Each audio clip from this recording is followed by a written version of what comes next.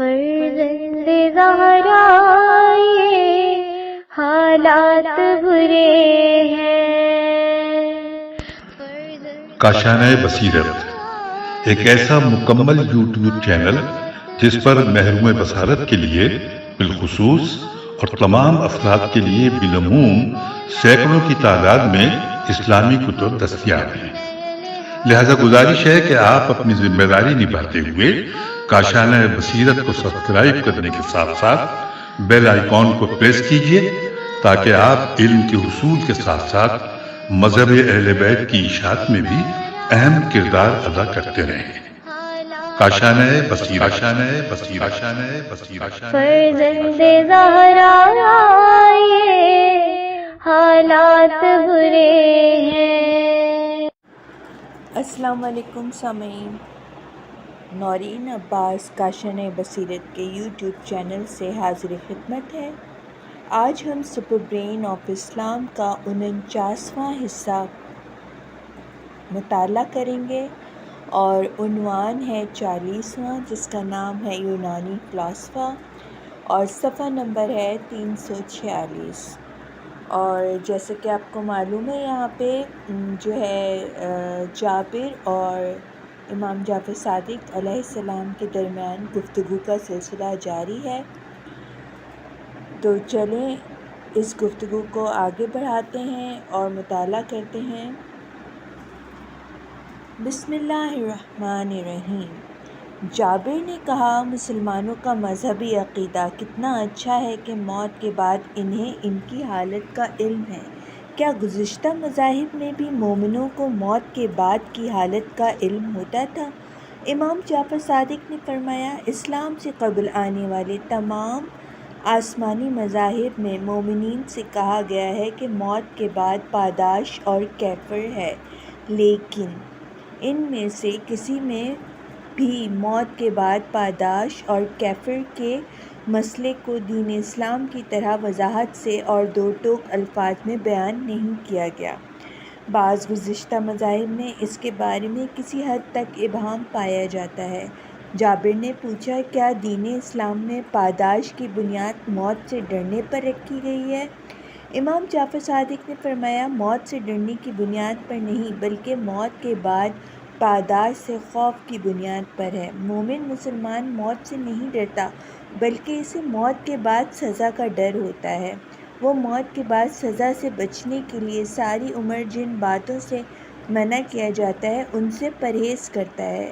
ایک مومن مسلمان جو ساری عمر گناہ کا ارتکاب نہیں کرتا، میں کہہ سکتا ہوں کہ وہ موت کی دعوت کو لبیک کہتا ہے اور اس کی روح آسانی سے اس کے جسم سے پرواز کر جاتی ہے۔ اے جابر، دین اسلام میں موت کی بنیاد ڈر پر نہیں ہے، بلکہ موت کے بعد پاداش سے ڈر کی بنیاد پر ہے۔ اگر موت سے ڈرنے والا مسلمان ہو تو وہ موت سے نہیں ڈرتا، بلکہ موت کے بعد پاداش سے ڈرتا ہے۔ جابر نے کہا، بہرکیف موت سے ڈر موجود ہے۔ امام جعفر صادق نے فرمایا، لوگوں میں موت سے ڈر وہ خوف نہیں ہے جو ضرب الاجل کی وجہ سے ہوتا ہے۔ مثلاً اگر کوئی قتل کا مرتکب ہوتا ہے تو شریعت کی روح سے اسے قتل ہونا چاہیے، اور اس کے قتل کا حکم اگر جج نے صادر کر دیا ہے اور اسے علم ہو جاتا ہے کہ کل اسے پھانسی لگ جانا ہے، تو وہ شخص موت سے بہت ڈرتا ہے، کیونکہ اسے علم ہے کہ اس کی موت ضرب الاجل کی حامل ہے اور معین وقت میں پہنچنے والی ہے۔ لیکن عام لوگوں میں موت ضرب الاجل کی حامل نہیں ہے۔ خداوند تعالیٰ نے فرمایا ہے، ہر کسی کی موت کا وقت معین ہے اور اس سے ایک لمحہ ادھر ادھر نہیں ہوگا، لیکن اس معین وقت کا تعین خداوند تعالیٰ کرتا ہے، نہ کہ وہ شخص جو مرتا ہے۔ تمام بنی نوع انسان موت کا عقیدہ رکھنے کے بارے میں ان قرض داروں کی مانند ہیں جنہیں اس بات کا علم نہیں ہے کہ ان کے قرض کی ادائیگی کا وقت کون سا ہے، اور یہ احساس کرتے ہیں کہ اس کی ادائیگی بہت دور ہے۔ اسی وجہ سے عام زندگی میں کوئی بھی موت سے نہیں ڈرتا۔ یہ بھی اللہ تعالیٰ کی حکمت ہے کہ اس نے موت کو ہر زندہ چیز کے لیے مقرر کیا ہے، لیکن اس کا وقت ہر ایک سے پوشیدہ رکھا ہے۔ اسی لیے عام زندگی میں موت سے کوئی نہیں ڈرتا۔ موت سے یہ لاپرواہی بعض لوگوں میں اس قدر مضبوط ہوتی ہے کہ انہیں یقین ہوتا ہے کہ وہ زندہ جاوید رہیں گے، اس لیے وہ مال جمع کرنے میں بہت دوڑ دھوپ دکھاتے ہیں۔ ان پر ہرس کا اتنا غلبہ ہوتا ہے کہ گویا وہ ہزاروں سال زندہ رہیں گے۔ اگر انسانی زندگی میں اللہ تعالیٰ کی طرف سے یہ حکمت برقرار نہ ہوتی تو ہر کوئی ایک ایسے محکوم کی مانند زندگی گزارتا جسے علم ہوتا کہ دوسرے دن یا دوسرے گھنٹے میں اسے زندگی کو وداع کہنا ہے، اور جب لوگوں میں یہ طرز فکر پیدا ہو جائے تو لوگ اس قدر مضطرب ہوتے ہیں کہ نہ تو حصول معاش کے لیے تگ و دو کر سکتے ہیں اور نہ ہی اجتماعی زندگی وجود میں آتی ہے۔ اس طرح بنی نوع انسان مایوسی کے عالم میں اس دنیا سے رخصت ہو جاتا ہے۔ جابر نے کہا، خداوند تعالیٰ جو انسان کو خلق کرتا ہے اور اسے جان دیتا ہے، اسے کیوں مارتا اور نابود کرتا ہے؟ امام جعفر صادق نے فرمایا، اے جابر، میں نے کہا ہے کہ موت جس طرح عام لوگ تصور کرتے ہیں وجود نہیں رکھتی، بلکہ ایک حالت کی تبدیلی ہے۔ میں یہ بات دہراتا ہوں کہ ایک مومن مسلمان اگر عالم ہے تو اس حالت کی تبدیلی سے نہیں ڈرتا، کیونکہ اسے علم ہے کہ موت کے بعد زندہ ہوگا۔ لیکن میں فرض کرتا ہوں کہ اس وقت ایک ایسے شخص سے بات کر رہا ہوں جو مسلمان نہیں اور مجھ سے سوال کرتا ہے کہ خداوند تعالیٰ جس نے انسان کو خلق کیا ہے اور اسے جان عطا کی ہے، اسے کس لیے مارتا ہے؟ تو میں اس کے جواب میں کہوں گا کہ موت ایک ایسا دریچہ ہے جس سے انسان دوسری زندگی میں وارد ہوتا ہے اور وہ دوسری زندگی میں بھی دوبارہ زندہ ہوگا۔ اے جابر، کیا تو اپنی ماں کے پیٹ میں زندہ تھا یا نہیں؟ جابر نے کہا، ہاں، میں زندہ تھا۔ امام جعفر صادق نے پوچھا، کیا ماں کے پیٹ میں غذا کھاتا تھا یا نہیں؟ جابر نے مثبت میں جواب دیا۔ امام جعفر صادق نے فرمایا، کیا تو ماں کے پیٹ میں ایک مکمل چھوٹا انسان شمار ہوتا تھا یا نہیں؟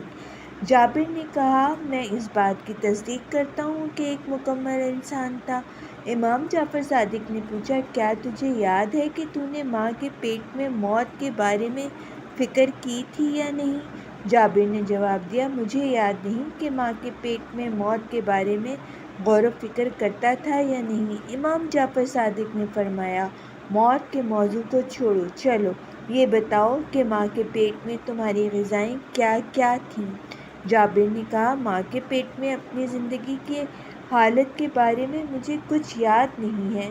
امام جعفر صادق نے فرمایا، اس کے باوجود کہ تمہیں ماں کے پیٹ میں اپنی حالت کے بارے میں کچھ بھی یاد نہیں، کیا اپنی زندگی کو اس جہان میں اچھا سمجھتے ہو یا ماں کے پیٹ میں؟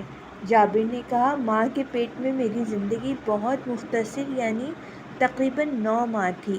امام جعفر صادق نے فرمایا، وہ 9 ماہ کی مدت جو تم نے ماں کے پیٹ میں گزاری ہے، شاید وہ 9 ماہ کی مدت تمہیں اس دنیا کی 80 یا 90 سال کی عمر سے جو تم اس دنیا میں گزارو گے تمہیں زیادہ نظر آئے، کیونکہ زمانہ ہر قسم کے حالات میں تمام لوگوں کے لیے ایک جیسا نہیں ہے اور ہر کوئی تھوڑے بہت غور کے بعد اپنی زندگی میں اس موضوع کا ادراک کر سکتا ہے۔ مجھے یقین ہے کہ کبھی چند گھنٹے تم نے ایسے گزارے ہوں گے کہ تم نے سمجھا ہوگا کہ 1 گھنٹہ گزارا ہے، اور کبھی تمہارے لیے 1 گھنٹہ اس قدر لمبا ہو گیا ہوگا کہ تمہارا خیال ہوگا کہ تم نے چند گھنٹے گزارے ہیں۔ اسی لیے میں کہتا ہوں کہ جو 9 ماہ کی مدت تم نے ماں کے پیٹ میں گزاری ہے، شاید وہ تمہیں اس موجودہ دنیا کی عمر سے بہت طویل محسوس ہوئی ہوگی۔ اے جابر، تو اب ماں کے پیٹ میں ایک مکمل اور زندہ انسان شمار ہوتا تھا اور باشعور بھی تھا۔ باشعور ہونے کی نسبت سے شاید تمہاری کچھ آرزوئیں بھی ہوں گی، اور جب کہ تم اس دنیا میں زندگی بسر کر رہے ہو تمہیں ماں کے پیٹ کے زمانے کی معمولی سی بات بھی یاد نہیں۔ کیا تم جو ایک فاضل انسان ہو یہ گمان نہیں کرتے کہ تمہارا ماں کے پیٹ سے باہر نکلنا اور اس دنیا میں وارد ہونا شاید ایک طرح کی موت تھی۔ کیا تم یہ خیال نہیں کرتے کہ جب تم ماں کے پیٹ میں تھے تو تم چاہتے تھے کہ تم وہیں رہو اور ہرگز وہاں سے باہر نہ نکلو؟ تمہارا خیال تھا کہ ماں کے پیٹ سے بہتر اور آرام دہ جہان موجود نہیں۔ جب تم ماں کے پیٹ سے نکالے گئے، جس کے بارے میں نے کہا ہے کہ شاید وہ موت کی ہی ایک قسم ہے، اور اس جہان میں پہنچے تو تم نے رونا دھونا شروع کر دیا۔ لیکن کیا آج تم اس بات کی تصدیق کرتے ہو کہ جس دنیا میں تم زندگی گزار رہے ہو وہ ماں کے پیٹ کی دنیا سے کہیں بہتر ہے؟ جابر نے کہا، اس کے باوجود کہ مجھے ماں کے پیٹ میں اپنی زندگی کی کیفیت کے بارے میں کچھ علم نہیں، میں اس بات کی تصدیق کرتا ہوں کہ میری زندگی ماں کے شکم کی زندگی سے بہتر ہے۔ امام جعفر صادق نے فرمایا، کیا اس موضوع کو قرینہ نہیں بتاتا کہ موت کے بعد ہماری زندگی اس دنیا کی زندگی سے بہتر ہوگی؟ جابر نے کہا، اگر اس دنیا سے بدتر ہو تو پھر؟ امام جعفر صادق نے فرمایا، جو لوگ اس دنیا میں خداوند تعالیٰ کے احکامات پر عمل کرتے ہیں ان کی دوسرے جہان کی زندگی اس موجودہ جہان کی زندگی سے بہتر ہوگی۔ اس میں شک و شبہ کی کوئی گنجائش نہیں ہے، چونکہ خداوند تعالیٰ اس موضوع کے بارے میں اپنے بندوں سے واضح وعدہ کیا ہے، لہٰذا عقلی لحاظ سے بھی یہی بات درست ہے۔ علاوہ ازیں خداوند تعالیٰ دانا، توانا اور عادل ہے، وہ حاسد نہیں کہ اپنے بندوں کو اچھے جہان سے برے جہان کی طرف لے جائے۔ اگر ہم اس بات کے قائل ہیں کہ انسانی تخلیق کا مقصد اسے کمال تک پہنچانا ہے تو ہمیں یہ بات قبول کرنا چاہیے کہ انسان کی زندگی کا ہر لمحہ اس کے کمال میں اضافہ کرتا ہے، حتیٰ کہ اگر خدا نے صریحاً اور کسی ابہام کے بغیر اپنے بندوں کو موت کے بعد ان کے اچھے اعمال کا اجر دینے کا وعدہ بھی نہ کیا ہوتا اور یہ نہ کہا ہوتا کہ وہ ابدی سعادت سے بہرہ مند ہوں گے، پھر بھی ہماری عقل یہ سمجھتی، کیونکہ انسان کی تخلیق کا مقصد اسے کامل انسان بناتا ہے، لہٰذا اس جہان میں انسان کی زندگی کی حالت اس زندگی کی حالت سے بہتر ہوگی۔ جابر نے پوچھا، ہمیں اس بات میں کوئی شک و شبہ نہیں کہ موت کے بعد ہم اپنے آپ کو پہچانیں گے اور اپنی اصلیت کو نہیں کھوئیں گے؟ امام جعفر صادق نے جواب دیا، اس بات میں کوئی شک نہیں، ہر مومن مسلمان جانتا ہے کہ موت کے بعد خداوند تعالیٰ کی طرف سے مقرر کردہ وقت پر دوبارہ زندہ ہوگا اور اپنے آپ کو پہچان لے گا۔ اسلام نے موت کے بعد دوبارہ زندگی کے بارے میں انسانوں کو گزشتہ مذاہب کی نسبت زیادہ یقین دلایا ہے۔ مجھے مشرکین سے کوئی غرض نہیں، جن کی اس دنیا کے بعد کی زندگی کے بارے میں خوف کے متعلق مثال میں نے تمہیں ارسطو خوس کی زبانی دی ہے، لیکن حتیٰ کہ بعض گزشتہ توحیدی مذاہب میں لوگ موت کے بعد زندگی پر ایمان رکھتے تھے۔ ان کا خوف تقریباً ارسطو خوس کے خوف کی مانند تھا۔ ان کا خیال تھا کہ موت کے بعد زندہ تو ہوں گے لیکن اس دوسری زندگی میں اپنے آپ کو پہچان نہیں سکیں گے اور یہ بھی نہیں جان سکیں گے کہ وہی ہیں جو اس دنیا میں کھاتے پیتے اور سوتے تھے۔ ان کے مذاہب میں جو باتیں دوسرے جہان میں انسانی زندگی کے بارے میں موجود تھیں وہ ان کے قائل نہیں تھے کہ وہ دوسرے جہان میں اپنی حقیقی شعور کو محفوظ رکھ سکیں اور اپنی اس زندگی کی تمام خصوصیات کو یاد رکھ سکیں۔ دین اسلام نے اس تشویش کو مومنین کے دلوں سے مکمل طور پر محو کر دیا اور صریحاً کسی استثناء کے بغیر کہا کہ انسان موت کے بعد جس دن خداوند تعالیٰ کے حکم سے زندہ ہوگا اپنے آپ کو اچھی طرح پہچان لے گا اور اس دنیا کی اپنی تمام انسانی خصوصیات کو یاد رکھے گا اور اس دنیا کی مانند کھانے اور پینے سے لذت اٹھائے گا۔ خداوند تعالیٰ کے بقول نہ صرف نیک بندے موت کے بعد اپنے آپ کو پہچانتے ہیں بلکہ گناہگار بندے بھی اپنی اصلیت سے آگاہ ہوتے ہیں۔ اگر وہ اپنی اصلیت پر نہ ہوں تو وہ کیسے اپنی اس دنیا کے اعمال کا حساب دے سکتے ہیں؟ جابر بن حیان نے پوچھا، کیا آپ نے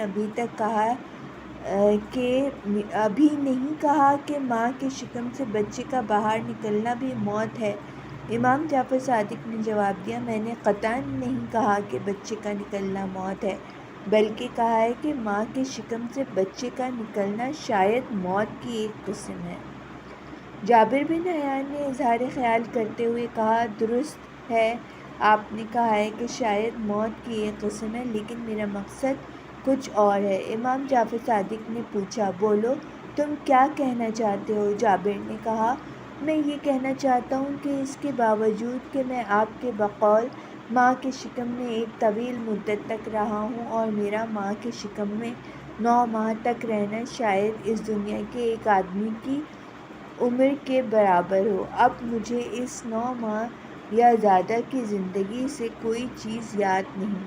کیا ماں کے شکم میں میری زندگی کی حالت سے بے خبری اس بات کی دلیل نہیں ہے کہ میں مرنے اور اس جہان سے چلے جانے کے بعد دوسری دنیا میں اپنے آپ کو نہیں پہچان سکوں گا اور نہیں جان سکوں گا کہ میں وہی ہوں جو آج کی مانند ایک دن آپ سے بات چیت کر رہا تھا؟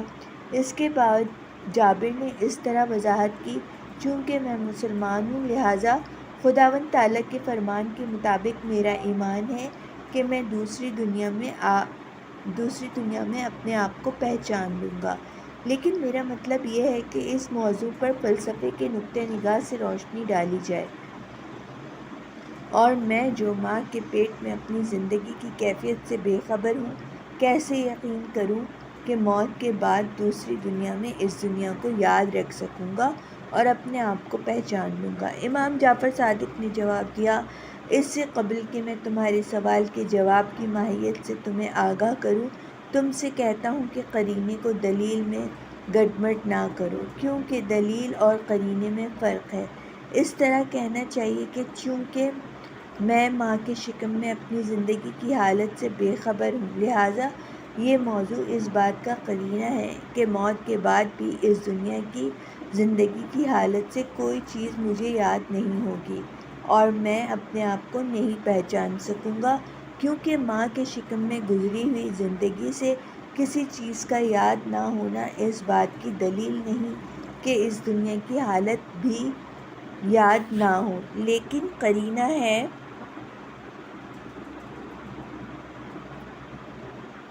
جابر بولا، میرا خیال ہے میں اس قرینے کی روح سے موت کے بعد کی دنیا میں اپنے آپ کو نہیں پہچان سکوں گا اور اس دنیا کی زندگی کی خصوصیات کو یاد نہیں کر سکوں گا۔ امام جعفر صادق نے فرمایا، یہ جان لو کہ کافر اس نسبت سے کہ موت کا منکر ہے یا یہ کہ ایک مسلمان کی مانند موت کا معتقد نہیں ہے، موت سے ڈرتا ہے، جبکہ موت کے بارے میں اسے کوئی اطلاع نہیں، اور چونکہ وہ موت سے مطلع نہیں ہے لہٰذا اسے موت سے نہیں ڈرنا چاہیے، کیونکہ جب انسان ایک چیز کے بارے میں اطلاع نہ رکھتا ہو تو اس چیز سے ڈرنا عقل سے بعید ہے۔ جابر نے کہا، کیا آپ یہ نہیں سوچتے کہ کافر اس لیے موت سے ڈرتا ہے کہ اس کا خیال ہوتا ہے کہ وہ اس دنیا کی خوشیوں کو کھو دے گا؟ امام جعفر صادق نے فرمایا، میں یہی کہنا چاہتا تھا کہ کافر کو ڈر ہوتا ہے کہ موت کے نتیجے میں وہ اس جہان کی خوشیوں سے محروم ہو جائے گا، لیکن مسلمان اس وجہ سے نہیں ڈرتا چونکہ اسے علم ہوتا ہے کہ اس جہان کی خوشیوں سے کہیں زیادہ خوشیاں دوسرے جہان میں اس کی منتظر ہیں، اور اس دنیا میں اس کی خوشیوں کے مراحل محدود ہیں جبکہ دوسرے جہان میں لامحدود ہے۔ عقلی لحاظ سے کافر کو موت سے نہیں ڈرنا چاہیے، کیونکہ اس پر موت کے بعد کی زندگی مجہول ہے، لیکن وہ اپنی عقل کو کام میں نہیں لاتا، حالانکہ اپنا تصور جو وہ اپنے آپ کو پیدا کرنے کے لیے استعمال میں لاتا ہے، اس سے وہ موت کے بعد کی زندگی کو بھی سمجھنے میں مدد لے سکتا ہے۔ مذکورہ تصور کافر کی نگاہ میں مجہولات کو ایک خوفناک صورت میں پیش کرتا ہے، اس کے باوجود کہ کافر جانتا ہے شروع میں اس دنیا میں نہ تھا، اور ماں کے شکم سے اس دنیا میں آیا ہے۔ اگر اس جہان سے جائے گا تو شاید اس طرح ہو کہ وہ کسی دوسری ماں کے شکم میں جائے گا، پھر بھی وہ موت سے ڈرتا ہے۔ یہ باتیں جو میں کر رہا ہوں وہ موت کو ایک کافر کی نگاہوں کے دریچے سے دیکھنا ہے، نہ کہ ایک مسلمان کی نگاہوں سے جو موت پر یقین ایمان رکھتا ہے اور موت کے لیے تیار رہتا ہے۔ مثال دینے میں کوئی حرج نہیں، اور میں مثال دیتا ہوں کہ اگر کافر کو علم ہوتا کہ اس کی زندگی موت سے شروع ہوتی ہے اور ماں کے پیٹ کی طرف جا رہا ہے اور اس کا مستقبل یہ ہے کہ عمر کے خاتمے کے بعد ماں کے شکم میں جائے گا، تو وہ ماں کے شکم میں دوبارہ جانے سے ڈرے گا، جس طرح آج موت سے ڈرتا ہے، اور ماں کے شکم میں زندگی کے مجہولات اسے خوف سے لاحق کر دیں گے۔ لیکن تمہارے سوال کا جواب یہ ہے کہ کیا کبھی اتفاقیہ ایسا ہوا ہے کہ تم بے ہوش ہو گئے ہو؟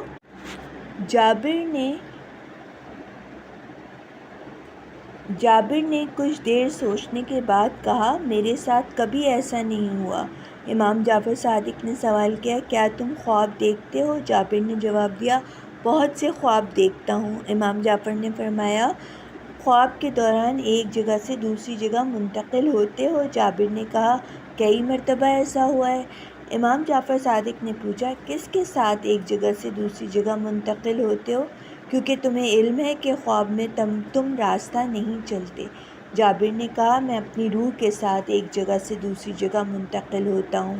امام جعفر صادق نے پوچھا، کیا تمہارا ایمان ہے کہ یہ تمہاری اپنی روح ہے، کسی دوسرے کی نہیں؟ جابر نے کہا، اس لحاظ سے مجھے کوئی شک نہیں۔ امام جعفر صادق نے پوچھا، کیا یہ روح جو نقل مکانی کرتی ہے تجھ سے جدا ہوتی ہے یا نہیں؟ جابر نے جواب دیا، مجھ سے جدا ہوتی ہے، چونکہ اگر مجھ سے جدا نہ ہوتی تو ہرگز نقل مکانی نہ کر سکتی۔ امام جعفر صادق نے پوچھا، کیا تمہاری روح جو تم سے جدا ہوتی ہے اور نقل مکانی کرتی ہے غذا کھاتی ہے؟ جابر نے مثبت جواب دیا۔ امام جعفر صادق نے پوچھا، کیا پانی پیتی ہے؟ جابر نے پھر اس بات میں جواب دیا۔ امام جعفر صادق نے فرمایا، جس وقت تمہاری روح کھانے اور پینے میں مشغول ہوتی ہے تو وہ تمہارے منہ سے کھاتی ہوگی۔ جابر بولا، نہیں، چونکہ میرا منہ خواب میں متحرک نہیں ہوتا۔ امام جعفر صادق نے پوچھا، کیا تمہاری روح کھانے پینے کے لیے اپنا منہ استعمال کرتی ہے؟ جابر نے جواب دیا، نہیں۔ امام جعفر صادق نے فرمایا، اس کے باوجود کہ اس کا منہ نہیں ہے، تم سوتے ہوئے خواب میں غذا کی لذت اور پانی کا مزہ محسوس کرتے ہو؟ جابر نے اس بات میں جواب دیا۔ امام جعفر صادق نے فرمایا، جب تم خواب دیکھتے ہو تو تمہاری روح اس کے باوجود کہ اس کے پاؤں نہیں ہیں چلتی ہے اور ایک مقام سے دوسری مقام تک جا پہنچتی ہے۔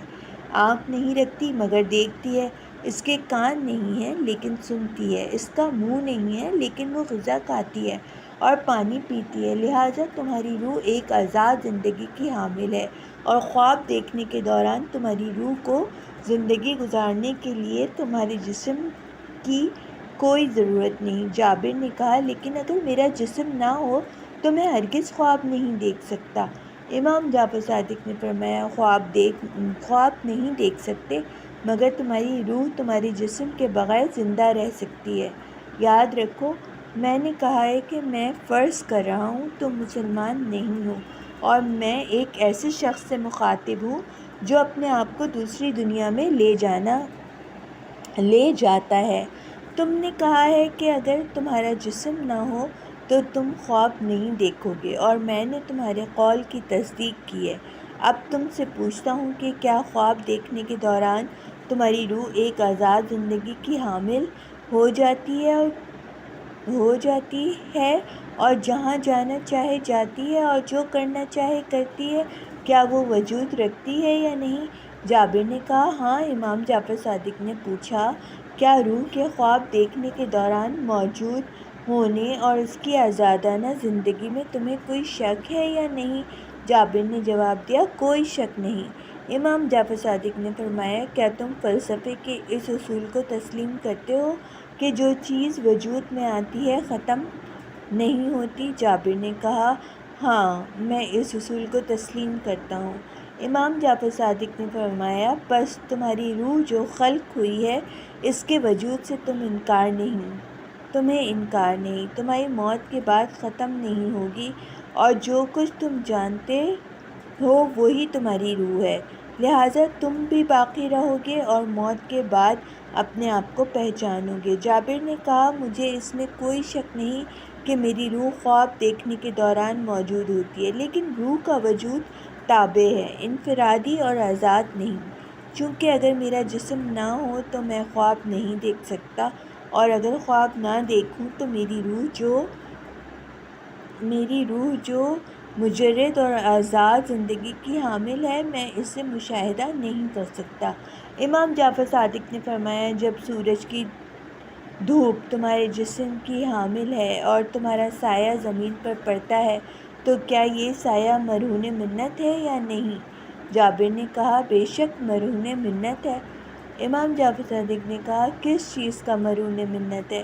جابر نے جواب دیا 2 چیزوں کا، پہلی سورج کی روشنی اور دوسرا خود میرا وجود، اور ان 2 کے بغیر سایہ وجود میں نہیں آتا۔ امام جعفر صادق نے فرمایا فلسفے کے اصول کے مطابق تمہارا سایہ بھی جو زمین پر پڑتا ہے اور سورج کے غروب ہونے کے بعد بظاہر ختم ہو جاتا ہے وہ بھی ختم نہیں ہوتا، تو پھر تمہاری روح کیسے ختم ہوگی، اگرچہ وہ مرہون منت ہی کیوں نہ ہو اور انہیں ساری زندگی کی حامل ہی کیوں نہ ہو؟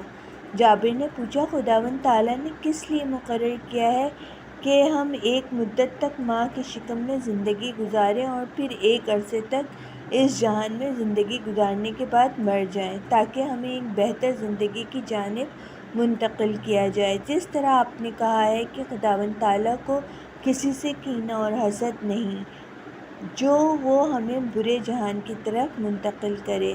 اس سوال کے پوچھنے سے میرا مقصد یہ ہے کہ کیا یہ زیادہ آسان اور بہتر نہ تھا کہ خدا شروع ہی سے ہمیں بہتر دنیا میں، یعنی وہ دنیا جس میں ہم موت کے بعد پہنچیں گے، میں خلق کر دیتا اور ہم اس دنیا میں زندگی کے مراحل طے نہ کرتے؟ امام جعفر صادق نے فرمایا ایک مسلمان کے لیے یہ مسئلہ حل شدہ ہے، چونکہ ایک مسلمان جانتا ہے کہ آدم کا مکان بہشت میں تھا اور انہیں بظاہر ہوس کی پیروی کی وجہ سے جنت سے نکالا گیا اور اسے زمینی تقاضے پورے کرنے پڑے۔ ماں کی شکم میں زندگی گزارنے کے مراحل اور اس دنیا میں زندگی اور موت کے مراحل کو اسے طے کرنا چاہیے تاکہ اگر نیکوکار ہو تو پہلی جگہ واپس چلا جائے، یعنی بہشت میں اپنے مقام بنا لے، اور اگر گناہگار ہو تو ان تمام مراحل سے گزرنے کے بعد اپنی سزا پائے۔ لیکن اگر ایک ایسے انسان سے بات کروں جو مسلمان نہیں ہے تو وہاں پر مجھے اس کا مذہب جاننا چاہیے۔ اگر یہودی یا نصرانی ہو تو اس کا بھی عقیدہ ہے کہ آدمی شروع میں بہشت میں تھا اور وہاں سے نکالا گیا۔